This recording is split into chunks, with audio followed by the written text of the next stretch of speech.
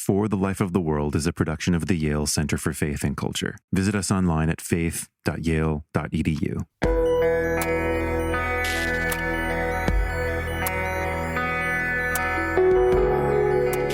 The central place of patience in the Christian life does come from a deep humility that we don't control things. But it's kind of a step beyond that to believe we can therefore receive. All of our life, including our time, is a gift. And so we receive what the Lord has given. But ultimately, for Christians, then, that patience isn't grounded in the reality that we don't control time.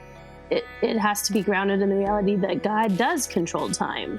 The only way we can even sort of conceive of actually trying to bring light into a dark world is if we also practice a really patient kind of hope, where we think things will get better, but maybe not in our lifetime.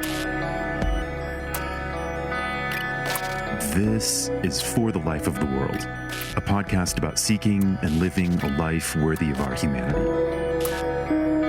I'm Ryan McAnally-Linz with the Yale Center for Faith and Culture.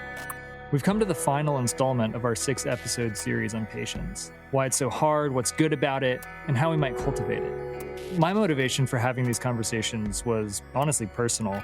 I have young kids, and in that painful way that kids can hold up a mirror to our least flattering features, they unknowingly reveal to me my own lack of patience, often in just the most boringly ordinary of ways. My restlessness, my desire to control the situation, the temptation to stay busy and productive at all times. Turns out, all you need to see your own impatience is a 4-year-old taking his sweet time putting on socks. Over the course of the series, I've learned a lot from our guests. We started with cultural and economic diagnoses of impatience. Then we examined both divine and human patience. And we're ending the series thinking about the psychology and practical spiritual formation of patience. I'd like to give you a short summary of our progress over the past 5 episodes. First, the pastoral theologian Andy Root encouraged us to encounter the sacred weight of time, seeking resonance rather than busyness or efficiency. Theologian Catherine Tanner taught us how our finance-driven economy shapes our experience of time. Time is not money, but the seeming omnipotence and omnipresence of finance tempt us into the frantic service of mammon. Theologian Paul Dafford Jones suggested that it's God's patience that gives time its sacred weight, and God's patience that enables human agency at all. Ethicist Adam Idle showed us how patience moderates not just busyness and hurry, but the sorrow that pulses beneath them.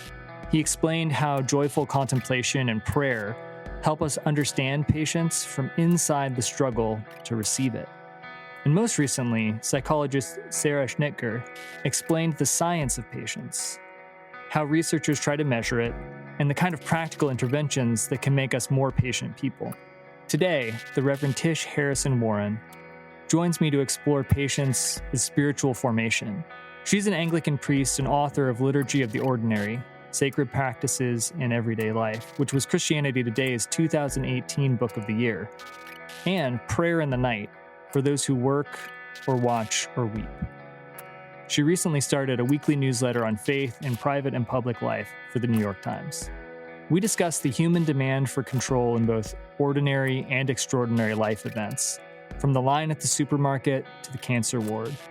The recognition of human vulnerability and just hating the fact that we can't control what happens next, and the temptation to break out of time. We talk about the difficult balance between the urgent need for justice and the acceptance of our human and societal limits. And the entire conversation is illuminated by the beauty of what Hans Urs Von Balthasar calls the meekness of the lamb which is led. Thanks for listening.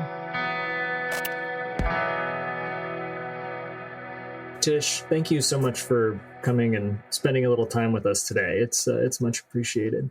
I'm so glad to be here. Thank you. I've been thinking a lot about patience recently, mainly because I've become acutely aware of how impatient I am. And I wanted to start by asking you if it's all right. Personally, do you think you're a more patient person than you were 5 or 10 years ago? No, I don't. I don't think I am. But I don't know. With this stuff, you'd be the last person to know, because part of you becoming more patient, I think would be first realizing how impatient you are. So if there was sort of movement in this place in your life, I mean, I'm not saying you'd never notice it. You probably would, but I think you'd probably be the last person to notice it. Other people around you would notice it more. That's a hard question for me to ask. And the other thing is that it's so not linear. I think there's days where I am more patient than other days. I think there's hours I'm more patient than other hours. I will say, I think as my writing career has kind of grown, I think it's easy to be less patient because your schedule fills up, right? You're used to hurrying more. You're used to having more rush, and you're used to people being respectful of your time. The counterbalance to that, which is really good, is both ministry, local ministry, because people don't care. They're unimpressed with you in the best way, and they want your time. And then especially motherhood. I think kids, man, they will slow you down and make you more patient, or at least expose how impatient you are. I had kids 5 years ago, though. I had little kids 5 years ago. So, I mean, the most honest answer I could give is I'm not sure. Thanks for the honesty.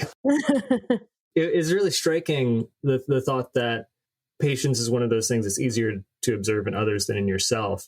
When someone shows up to you as patient, what is it that you're seeing? What do you notice about them? I think patience often looks like other things. Of course, patience it's a virtue. It's a thing unto itself. It's not just a word for other things, but it also looks like contentment. It also looks like trust. It also looks like endurance and not giving up. These are all kind of part of patience. I think what it looks like most is someone who has accepted their posture of waiting. And I think there's a place of humility also in that. There's different ways to talk about patience, right? It could be when you're in a hurry and you're frustrated and you're in the line at Target and the person in front of you realizes last minute they forgot something. And so they have to go back and get it. Or their credit card isn't working for some reason. And so they have to call the manager. You know, these moments where you're just like, I need to go. And there's a humility of understanding, no, the world does not revolve around me. Here I'm, as we say in my house a lot, we are not the president of the United States. Things can go on without us. Things can start 5 minutes late with us. It's okay. So there's a humility that comes from sort of relinquishing your control over time. But then there's another kind of patience, I feel like, that is related, but it's really different, which is sort of the cancer patient who doesn't know what the results are going to be, having to wait a couple of weeks or a month to see if the chemo is working. You know, that sort of long suffering patience. It's related. It's in the sense that both of them sort of recognize our lack of control in ordinary ways and in more kind of profound or difficult ways in our lives. But they look different, right? That same cancer patient who's showing incredible patience and hope or trust or honesty as they're waiting can go to Target and the person in front of them, break something. And it's just the last straw, right? It's just the thing that broke the camel's back. That when you're suffering, it's often these little things that kind of set us off, or vice versa, right? There's ways we can show patience in little ways in our life, and then in larger ways miss it. I think there's something about control, about trusting God. I mean, honestly, I think so much of this comes down to the fact that like our entire life is lived in a posture of waiting on something, and we especially think this as Christians, right? It's kind of self-evident to everyone. We're waiting for good things, right? We're waiting for our kids to grow up or a promotion, but we're also waiting for death. We live in a posture of waiting. But of course, with Christians, that's even more so because we have this idea of the eschaton, right? We're waiting for the return of Christ, and we're waiting for things to be set right. So in that sense, I think we always are waiting. And patience is sort of an acceptance of that, or a trust in the midst of that. You mentioned control a couple of times, and I find myself often thinking of James 4:13-14, where he mockingly writes, Come now, you who say today or tomorrow we'll go to such and such a town and spend a year there doing business and making money. Yet you do not even know what tomorrow will bring. What is your life? For you are a mist that appears for a little while and then vanishes.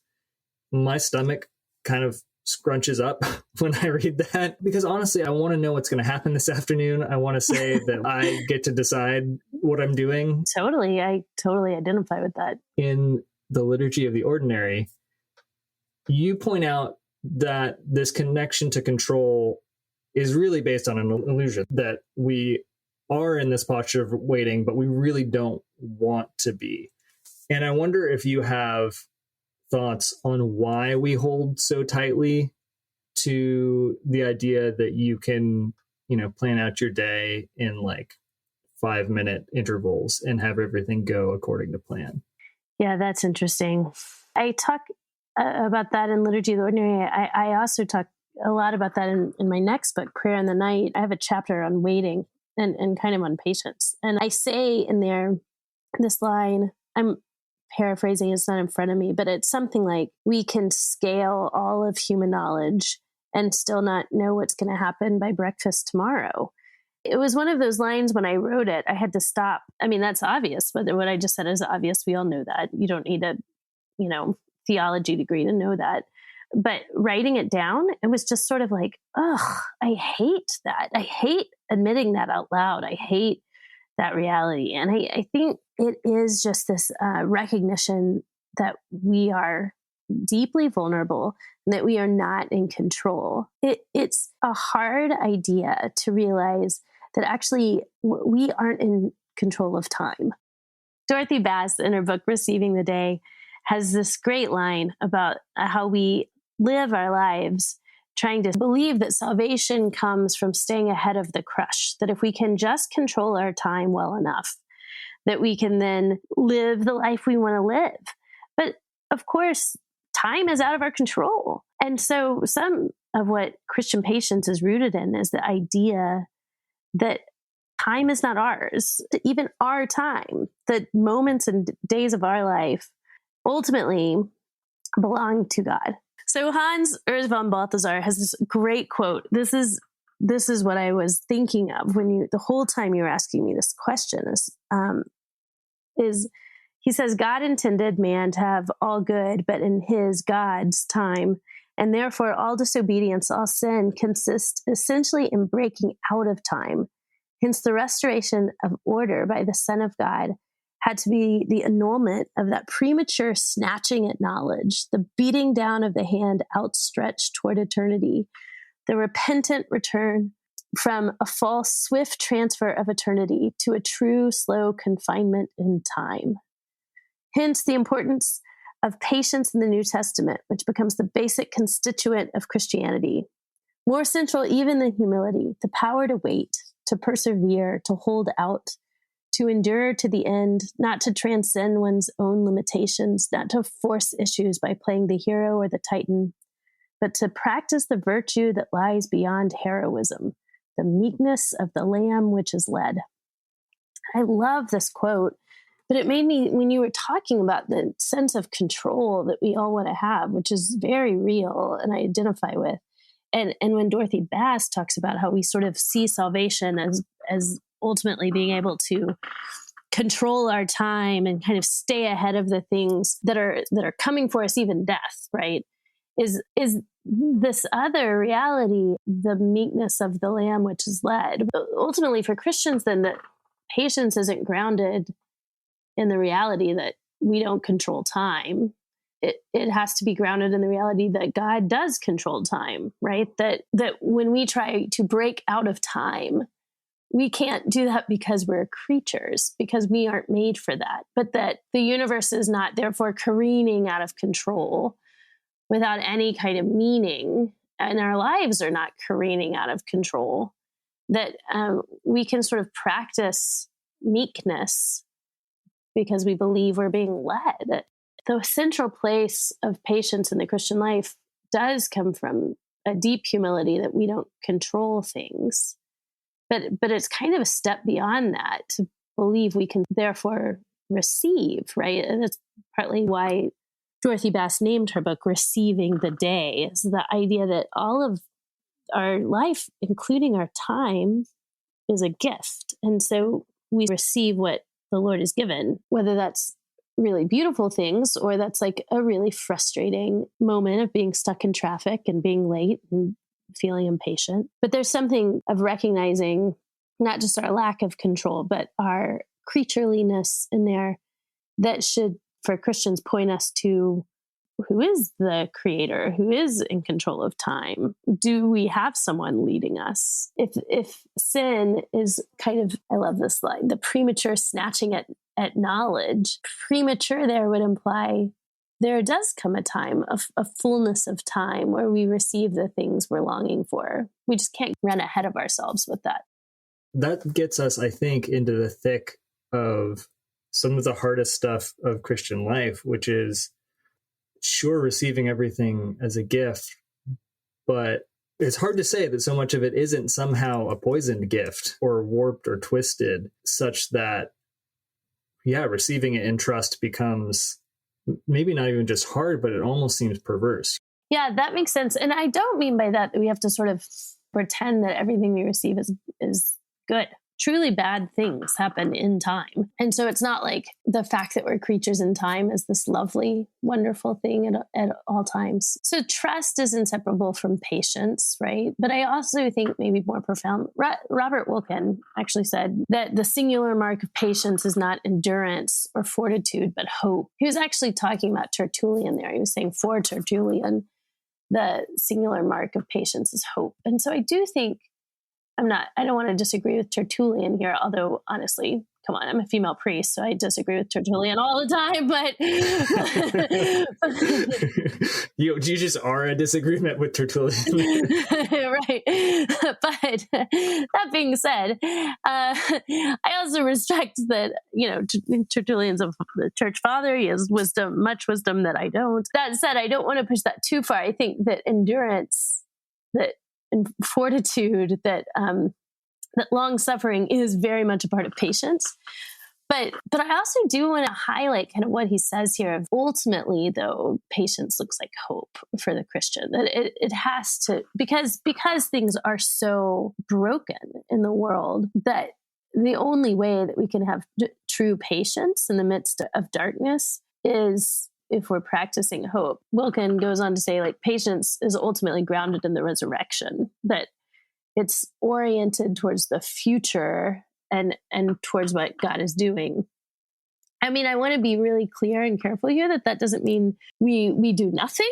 Like, we do nothing to try to affect change in the world. We do nothing to try to make people's lives better, including our own life. That's not what I mean. It's an interesting thing to think about action and patience together, because we really live in an activistic society, particularly with social media and that sort of thing, where we see the evils in the world and we want change, and that's really, really good.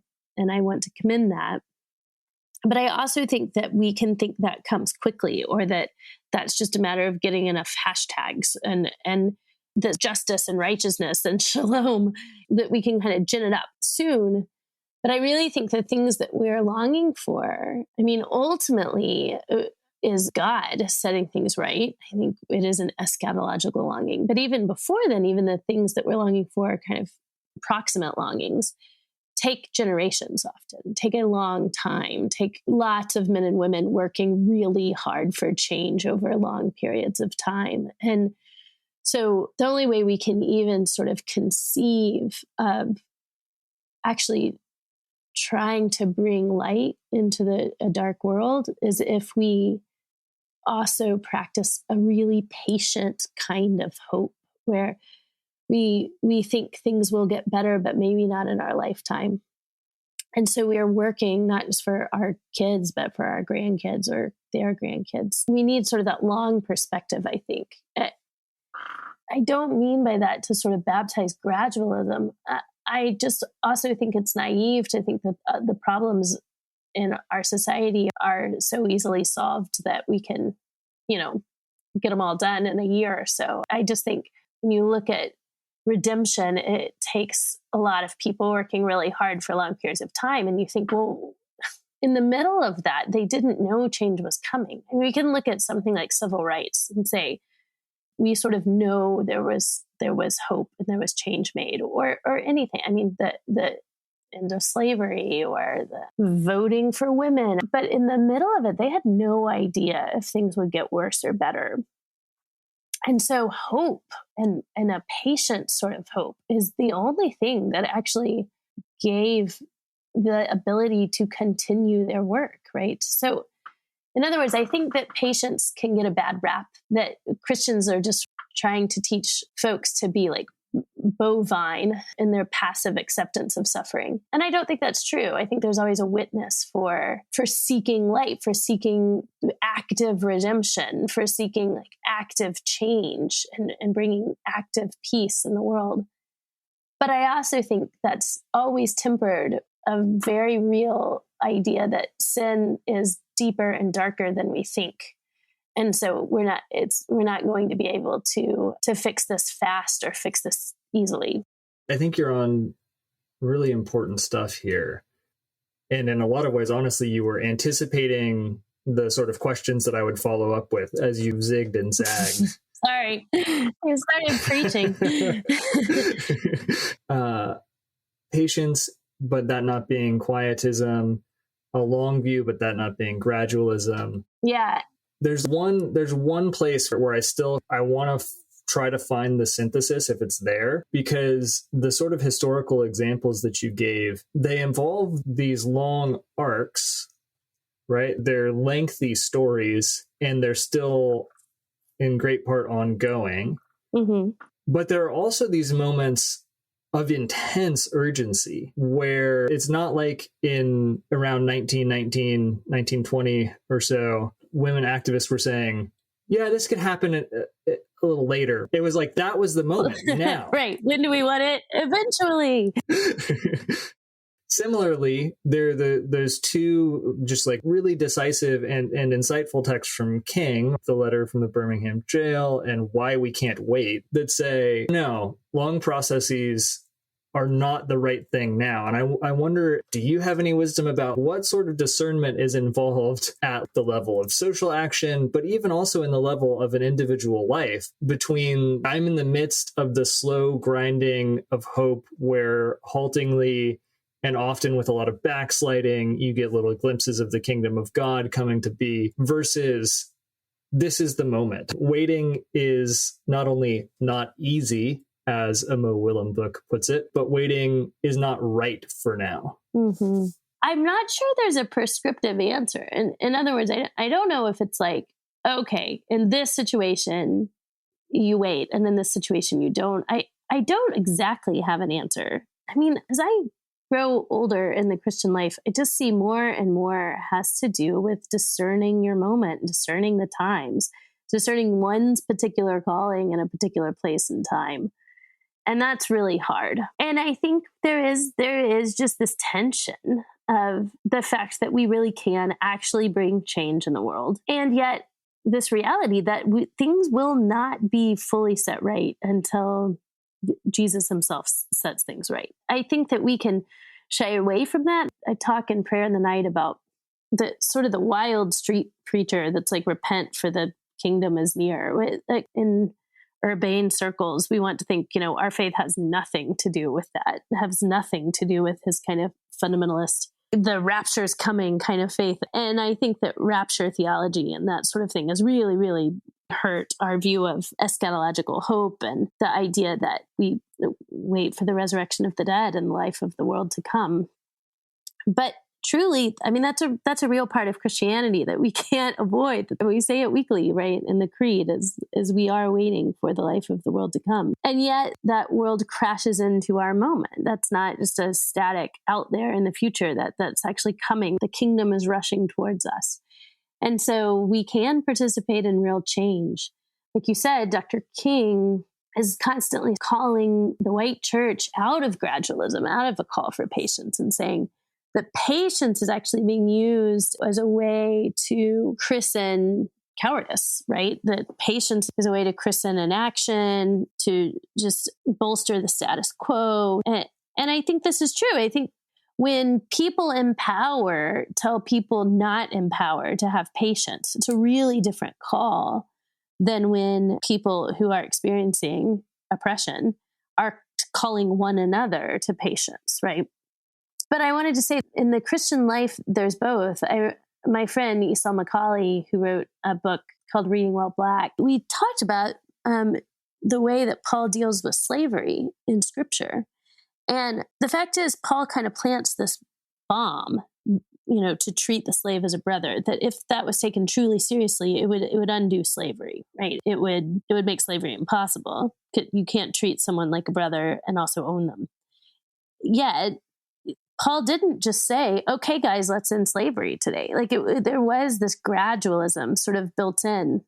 And you see this, of course, in American history as well. We didn't go straight from the Constitution to, the next day, women and people of color are all equal, as it should have been. Even though there was kind of this professed truth, there were all these actual institutional things that America was built on that went against the actual professed truth. So there needed to be a dismantling of institutions, but it takes time. So what Esau was saying is, you can't get around the fact that there's just some gradualism that's there in Scripture in the approach to real evil, that it's not undone in a moment. And it's not undone, at least in extremely clear commands by Jesus or by Paul. And yet in that, there's these bombs planted that dismantle the entire system if you actually start taking them seriously. It's interesting to look at sort of the relationship between Dr. King and someone like Clarence Jordan, right, who were having this conversation about how gradual things should go or not, and both on the side of rights and of equality, but they were kind of arguing about how fast change should go, and if change needs to flow from communities where hearts are changed, or if change needs to flow from a more legal kind of way of change. I love Clarence Jordan, but it was easier for him to make arguments about patience, about heart change, because he was white, right? Even though he certainly suffered for his views, he didn't have to live with the constant legal oppression that King did. Yeah. But what I'm saying is that even within the Christian community, these arguments were happening at the time. Like, how fast do we go? How urgent do we need to be? How slow do we go? And there wasn't consensus around that. But I do think power dynamics are real here. So if you are someone who benefits, if you're someone who has power, then I think we have to be slower to call people who have less power to patience.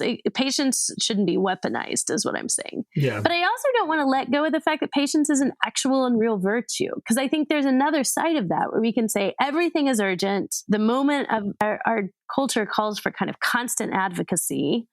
I think that we can therefore make patience not a virtue. And I want to hold on to the fact that love really is patient. I mean, I think that's really true.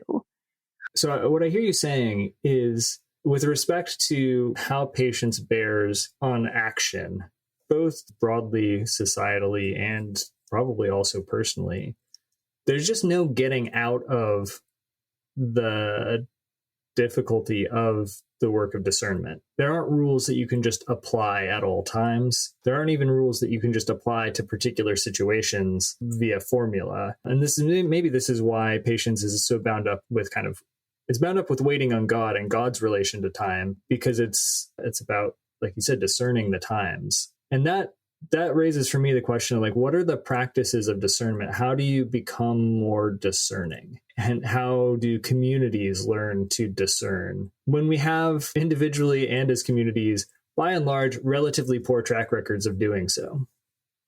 Well, there's not an easy answer to this. I think it's multiple things. So on an individual level, discernment involves knowing oneself really well and your own temptations. There's going to be some folks that are tempted more towards hasty action and recklessness, and some that are more tempted towards cowardice and inaction. And you have to kind of know yourself and what your temptation is there. Because both of those are impatient. Both of those are not in the sense that patience is walking out in faith in time, in a timely way, I would say. And I think it's very helpful to have community that knows you, and things like spiritual directors, which are so helpful with things like discernment, but also, of course, things like scripture and silence. And we have to know, like, all of these folks that we look at as change agents in the actual time that they were living had all kinds of struggles with, are they doing the right thing? Is this the right time? Are they doing this the right way? And they had discernment, right? I mean, you see this, anyone from like Wilberforce to King to Dorothy Day, you can read these journals and see. And then they all went through times of depression and uncertainty. This was a really interesting thing to hear from Greg Thompson about Dr. King is how long King struggled before his death with depression and uncertainty about what his next move should be, and really not sure, and whether or not to kind of pull out of public life or go further into it. And you see the same. Mother Teresa dealt deeply with depression, not sure she was doing the right thing at the right time.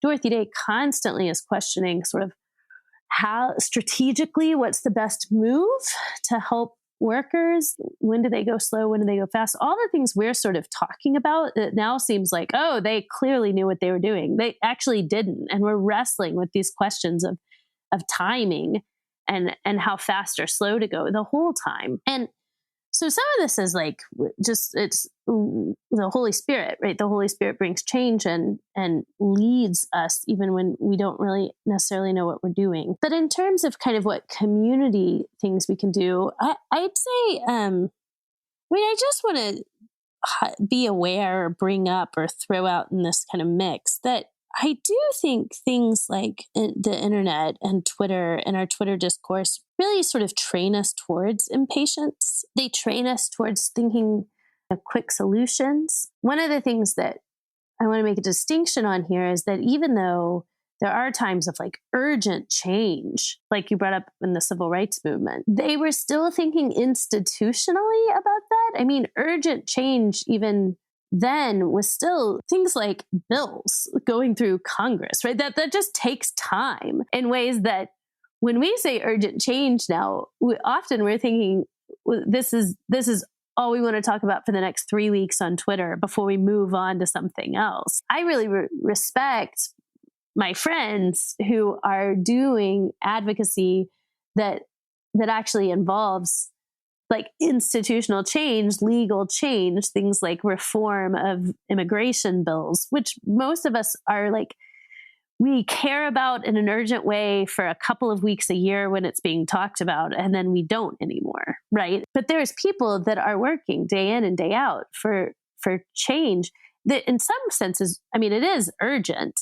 I guess what I mean is like, even what we meant in the 60s as urgent tends to be much longer than what we even mean now when we talk about urgent change, because I think that we've trained ourselves to think fairly anti-institutionally in terms of change, but also just we're impatient people as a culture. So I just want to sort of raise the fact that internet advocacy, that our very, very connected world does make us less patient people. I mean that in both ways, like less patient for change, but also less patient with one another, like less patient because it takes real work to slow down and listen to another person's perspective, especially if you disagree with them.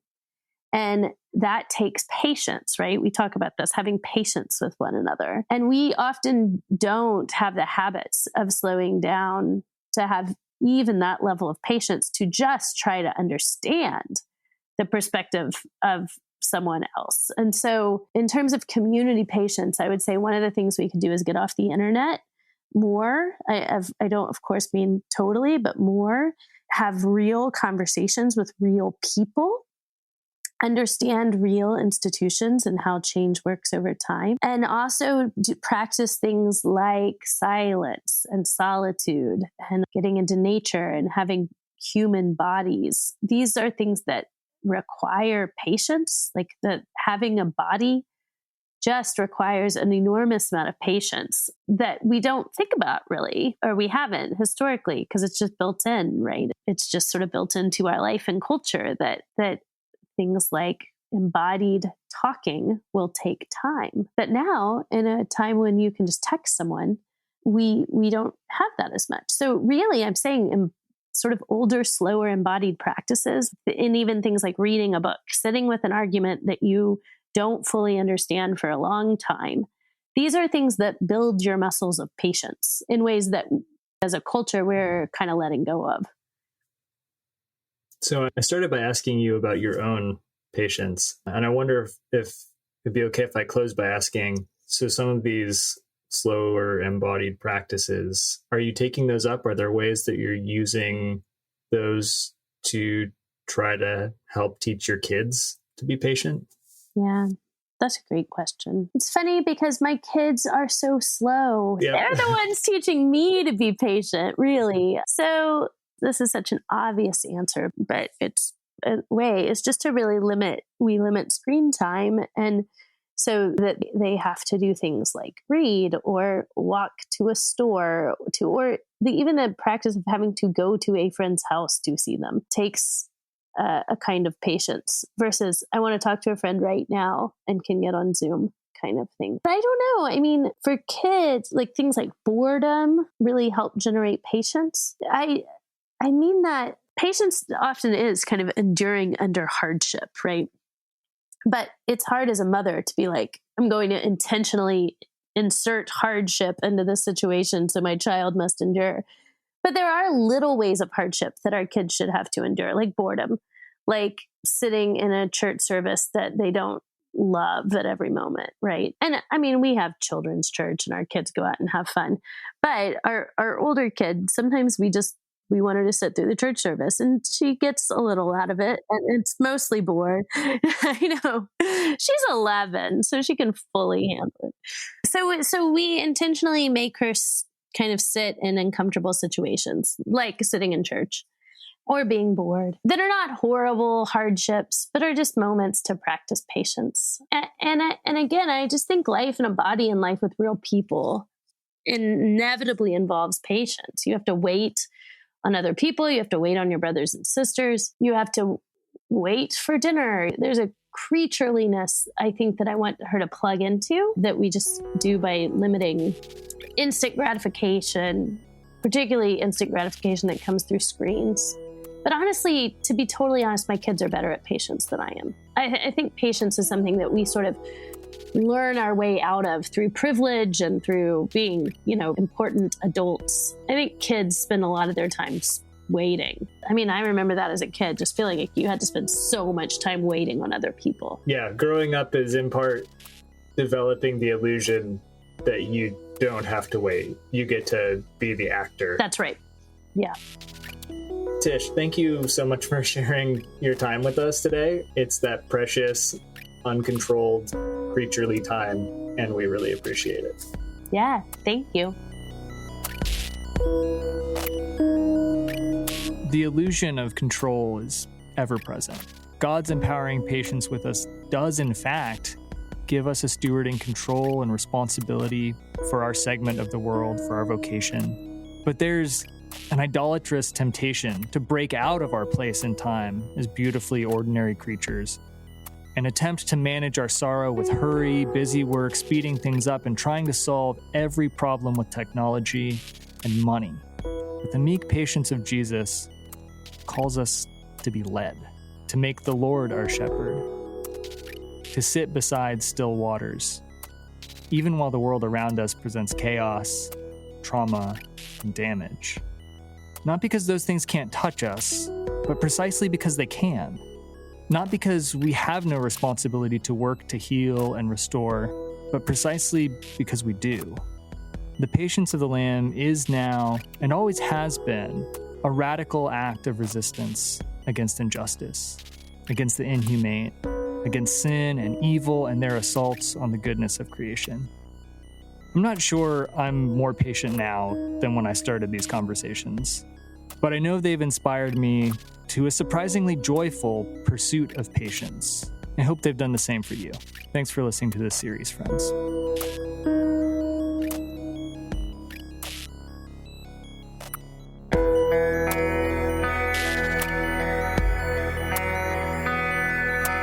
For the Life of the World is a production of the Yale Center for Faith and Culture at Yale Divinity School. This episode featured priest and author the Reverend Tish Harrison Warren and theologian Ryan McAnally Linz. Production assistance by Martin Chan and Nathan Jowers.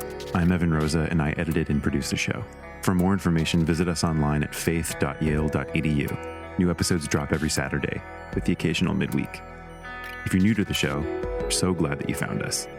Remember to hit subscribe so you don't miss any episodes. And if you've been listening for a while, thank you, friends. If you're liking what you're hearing, I've got a request. Would you support us? It's pretty simple, really, and won't take much time. Here are some ideas.